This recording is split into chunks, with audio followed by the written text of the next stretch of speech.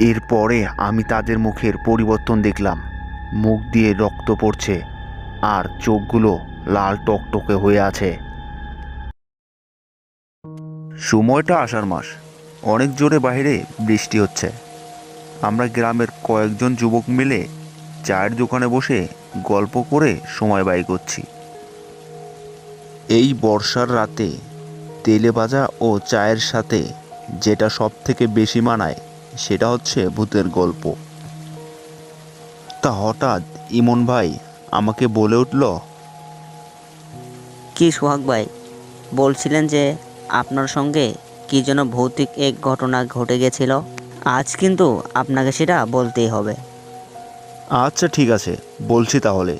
ঘটনাটি চাকরি জীবনের শুরুর দিকেই ঘটে। তখন উল্লুপুর গ্রামের নতুন পোস্ট অফিসে চাকরি পেয়েছি। তখন একটি সাইকেলে করে বাড়ি বাড়ি গিয়ে চিঠি পৌঁছে দিয়ে আসতাম। এমনই একদিন বিকেলবেলা।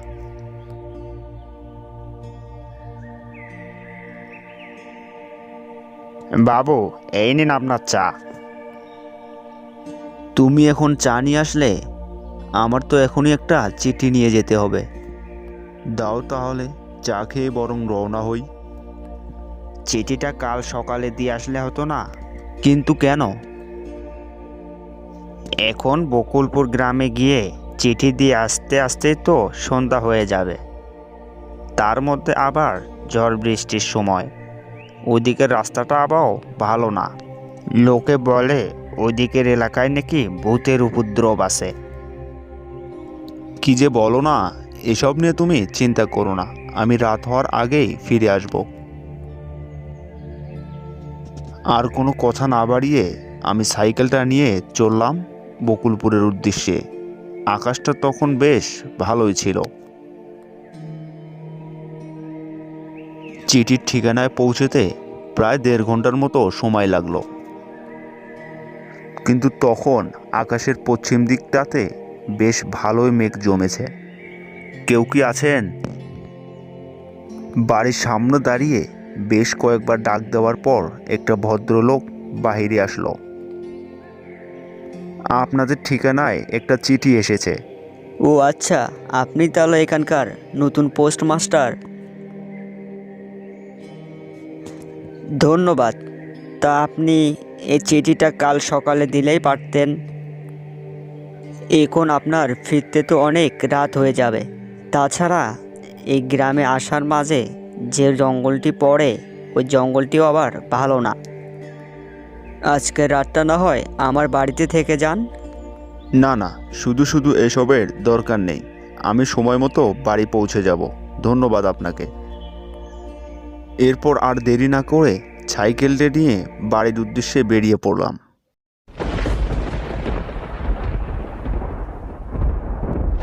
কিন্তু বেরোলাম তো ঠিকই, মাঝপথে এসে বৃষ্টির মধ্যে আটকা পড়ে গেলাম। ভাবলাম এই বৃষ্টির মাঝে ভিজলে তো নিশ্চিত জ্বরে ভুগতে হবে, তাই একটি গাছের নিচে আশ্রয় নিলাম। এদিকেও আবার অন্ধকার হয়ে আসছে। সাইকেল নিয়ে এই অন্ধকারে পথ চলতেও অনেক সমস্যা হয়ে যাবে। এখন কি করব ভেবে পাচ্ছি না। হঠাৎ দেখলাম দূর থেকে একটি লোক মাথায় একটি ছাতি নিয়ে আমার দিকেই এগিয়ে আসছে। একটু পরে লোকটি আমার সামনে এসে দাঁড়ালো। এই বৃষ্টির মধ্যে আপনি এখানে একা দাঁড়িয়ে কি করছেন? এরপর লোকটিকে আমার বিষয়ে সব কিছু খুলে বললাম। এরপর উনি বলল, যে জোরে বৃষ্টি শুরু হয়েছে দেখে তো মনে হয় এখনই থামবে না। আপনি বরং আমার বাড়িতে চলুন। আমার বাড়ি এই কাছেই, ওখানে থেকেই চলে যায়েন বৃষ্টি থামলে। কোনো উপায় না পেয়ে রাজি হলাম। আচ্ছা চলুন তাহলে। মিনিট 10 জঙ্গলের ভিতরে যাওয়ার পর একটা বাড়ির সামনে এসে পৌঁছালাম। একেবারে জঙ্গলে বাড়িটা যেন ঘিরে ফেলেছে। এটাই কি আপনার বাড়ি? হ্যাঁ, ভিতরে আসুন।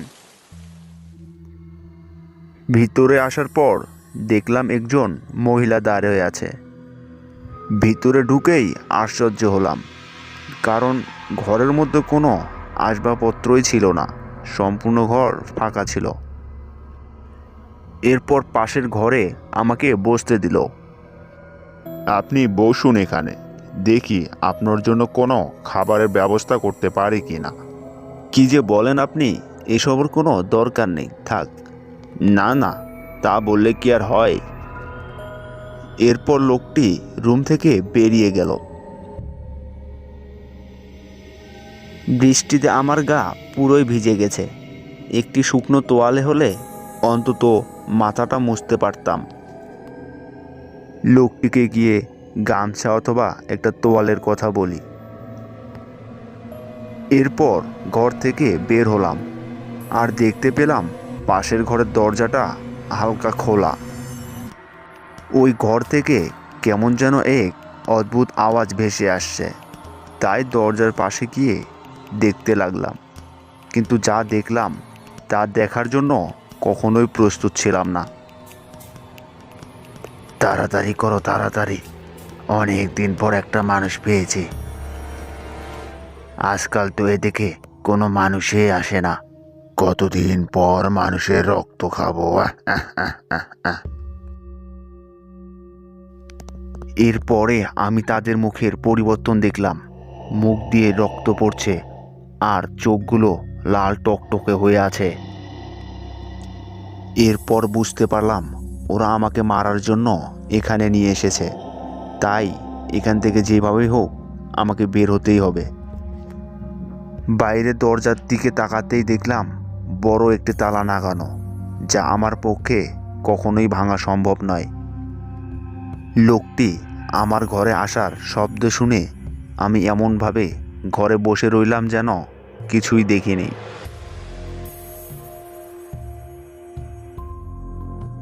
আপনার কোনো অসুবিধা হচ্ছে না তো? না না, আমার কোনো অসুবিধা হচ্ছে না, আমি ঠিক আছি। তবে হ্যাঁ, গামছা বা একটা তোয়ালে দিলে ভালো হতো, মাথাটা মুছতাম। হ্যাঁ হ্যাঁ, এখনই নিয়ে আসছি, আপনি বসুন। এই সুযোগ, আমাকে যা করার এখনই করতে হবে। লোকটি বাইরে যাওয়ার পরেই আমি দরজাটি আটকে দিলাম।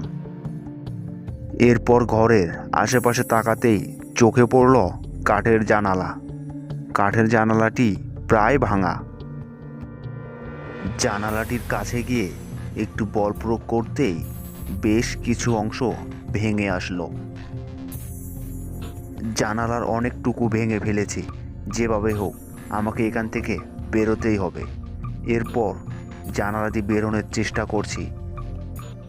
অনেকটুকু প্রায় বেরিয়েছি। এর মধ্যে হঠাৎ কি, লোকটি দরজা দিয়ে ঘরের ভিতর কি করছে?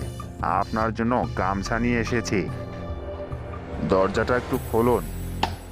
কি একটা পড়ার শব্দ হলো না? লোকটি আবার পালানোর চেষ্টা করছে না তো? পড়ে গিয়ে ভালোই ব্যথা পেয়েছি, কিন্তু তারপরও কষ্ট করে হলেও নিচের প্রাণ বাঁচাতে অনেক জোরে দৌড়াতে শুরু করলাম। এরপর পিছনে তাকালাম, দেখলাম ওরাও আমার সাথে সাথে দৌড়াচ্ছে। অনেকটুকু পথ আসার পর আমি একটি গ্রামে ঢুকে পড়ি। গ্রামে প্রবেশ করার পর আমার যেন আর একটু হাঁটারও শক্তি ছিল না। তাই সে মুহূর্তে আমি অজ্ঞান হয়ে যাই। তারপর কি হলো? পরের দিন সকালে জ্ঞান ফেরার পর দেখলাম আমি আমার রুমে শুয়ে আছি। আপনার কাল কত করে বারণ করলাম, আপনি শুনলেন না।